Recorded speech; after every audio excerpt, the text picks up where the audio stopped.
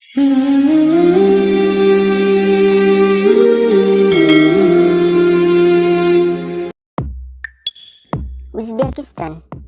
adalah salah satu negara pecahan Uni Soviet.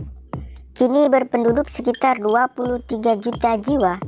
Sebagian besar mereka memeluk agama Islam Sunni bermadhab Hanafi. Agama lain yang berkembang di sana adalah Kristen Ortodoks, Yahudi, dan sebagian kecil ateis. Sepintas, bila dilihat dari bangunan madrasah yang megah, masjid, dan tata krama penduduk di sana yang gampang melafalkan kalimat Assalamualaikum, ada rasa bangga sesama muslim bahwa di negara yang baru merdeka 1 September 1991 itu Islam masih kokoh. Kesan angker sebagai negara bekas Uni Soviet juga segera sirna manakala kita bertemu dengan penduduk setempat. Bila Anda mengaku muslim, maka sikap ramah akan cepat Anda jumpai pada masyarakat setempat.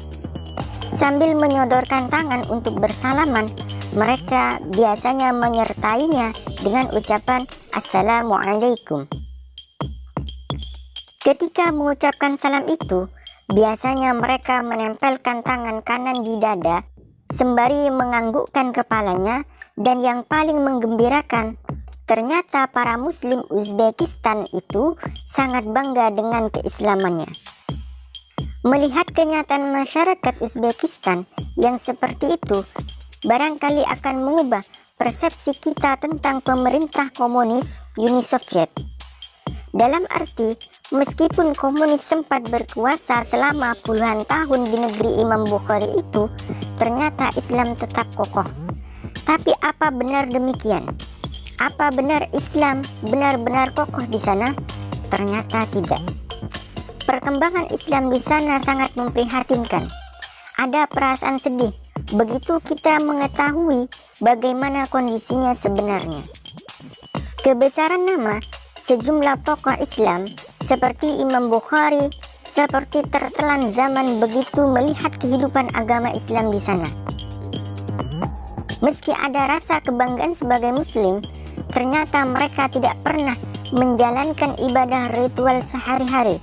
Sholat misalnya, pada bulan Ramadan mereka juga tidak berpuasa. Mereka bahkan terheran-heran ketika ditanyakan mengapa mereka tidak sholat dan puasa.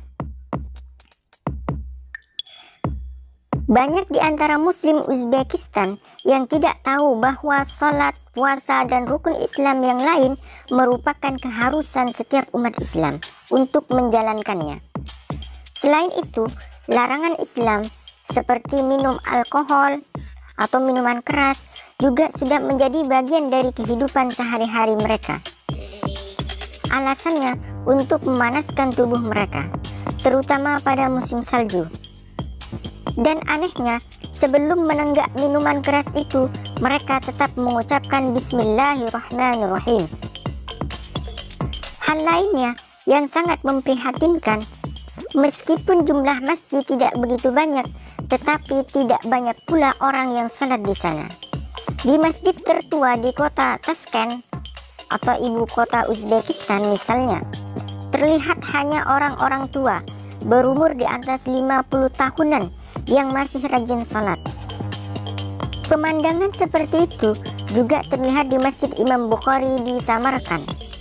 Keprihatinan tentang kondisi masyarakat muslim di Uzbekistan ini akan semakin bertambah manakala kita menengok sejarah Uzbekistan sendiri. Sebelum dicaplok oleh Uni Soviet yang komunis, Uzbekistan merupakan gabungan dari 3 buah kerajaan Islam, yaitu Bukhara, Khiva, dan Kokand, yang pada tahun 1860 sampai 1870 berada di bawah pengaruh Kekaisaran Rusia. Ketika itu, agama Islam begitu berjaya di daerah ini. Beberapa kota di Uzbekistan seperti Samarkand, Bukhara, dan Khiva merupakan pusat peradaban Islam yang dikenal sebagai jalur sutra yang menghubungkan Cina dengan Eropa. Samarkand merupakan tempat dimakamkannya Imam Bukhari, yang dikenal umat Islam sebagai salah seorang perawi paling otentik ribuan hadis Nabi Shallallahu Alaihi Wasallam. Sedang Bukhara adalah tempat kelahiran Imam Naqsabandiyah, guru dan penyebar Torekot Naqsabandiyah, yang ratusan ribu pengamalnya kini tersebar di berbagai penjuru dunia, termasuk di Indonesia. Sisa-sisa kejayaan Islam yang masuk Uzbekistan sekitar abad ke-8 Masehi kini masih bisa terlihat pada kemegahan arsitektur tempat-tempat ibadah dan pendidikan di negara itu. Dan yang paling menonjol adalah kompleks makam Imam Bukhari. Selain masjid, di sini juga terdapat sebuah madrasah. Di pusat kota Samarkand terdapat Registran Square. Dulu, ini merupakan kompleks madrasah yang terdiri dari 3 bangunan dengan arsitektur yang sangat unik. Samarkand memiliki kompleks Sakhi Zinda sekitar 1 km dari pusat kota. Kompleks ini menggambarkan kota tua zaman kerajaan Islam sekitar abad ke-14. Di dalam kompleks ini terdapat lebih dari 20 bangunan yang terbagi menjadi 3 bagian, yakni bawah, tengah, dan atas. Antara bangunan bawah menuju ke atas dihubungkan 40 anak tangga. Di setiap bangunan terdapat makam, dan salah satu makam yang terkenal adalah makam Ibnu Abbas yang terletak di bagian atas. Kabarnya Ibnu Abbas ini adalah saudara sepupu dari Nabi Muhammad SAW. Di sekitar kompleks ini dikelilingi oleh kuburan umum.